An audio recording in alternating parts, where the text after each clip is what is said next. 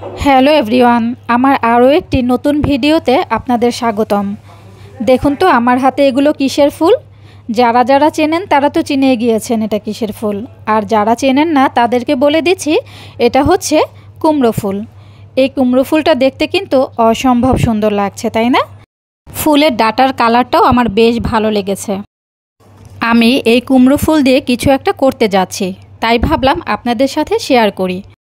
আমার সবগুলো ফুল কিন্তু ডাটা থেকে ছাড়িয়ে নেওয়া হয়ে গেছে। এরপর আমি ফুলের এই বোটাগুলোকে হাত দিয়ে টেনে টেনে খুলে নিচ্ছি।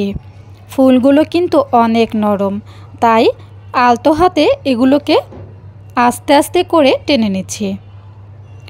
আমি তো প্রথমে ভেবেছিলাম ডাটা থেকে যেহেতু ফুল আলাদা করে ফেলেছি, এখনই বোধহয় এটা খাওয়ার উপযোগী। পরে আমার আম্মু বলল যে এই চারপাশের বোটা নাকি খাওয়া যায় না, এগুলোকে টান দিলেই উঠে যায়। তাই আমি এগুলোকে তুলে নিয়েছি। দেখুন আমার সবগুলো ফুল কিন্তু পরিষ্কার হয়ে গেছে। ফুলগুলোকে আমি আবার একটু ধরে ধরে দেখছিলাম, কি সুন্দর যে লাগছিল সামনে থেকে দেখতে। এই ফুলের কালারটা এত সুন্দর কেন? এই যে দেখুন সবগুলো বোটা আমি তুলে নিয়েছি। এরপর একটা ফ্রাই প্যানে আমি পরিমাণ মতো তেল দিয়ে দিলাম। এখন এই কুমড়ো ফুল দিয়ে আমি বড়া তৈরি করব। আমার হাতে যে বেসনটা দেখছেন, এই বেসনে কিন্তু আমি অনেকগুলো মশলা অ্যাড করেছি।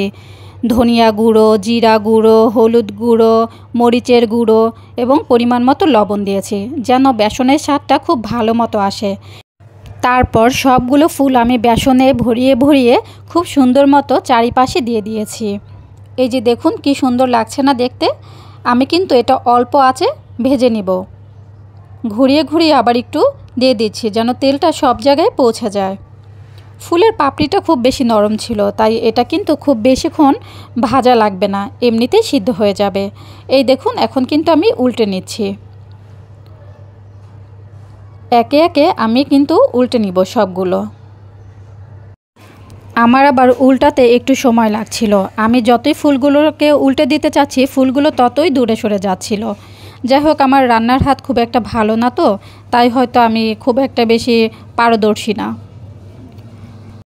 তবে আমি কিছু রান্না করলে সেটা যে খাওয়ার অনুপযোগী বিষয়টা কিন্তু তা না।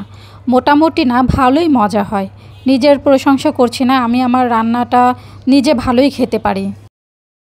ফাইনালি আমার কুমড়ো ফুলের বড়াটা কিন্তু ভাজা হয়ে গেছে, তাই আমি এখন তুলে নিচ্ছি। একটা একটা করে তুলে নিচ্ছি। যারা যারা কুমড়ো ফুলের বড়া কিন্তু এখনও খাননি তারা অবশ্যই খেয়ে দেখবেন। গরম গরম কুমড়ো ফুলের বড়া খেতে কিন্তু অনেক মজা লাগে। আসলে যে কোনো খাবারই গরম গরম খেতে ভালো লাগে। আমার ছোটোবেলায় অনেক আগে কুমড়ো ফুলের বড়া খাওয়া হয়েছিল একবার, আর আজকে খাবো। যাই হোক, এই তো কথায় কথায় আমার কুমড়ো ফুলের বড়াটা কিন্তু ভাজা হয়ে গেছে। ভালো থাকবেন সবাই।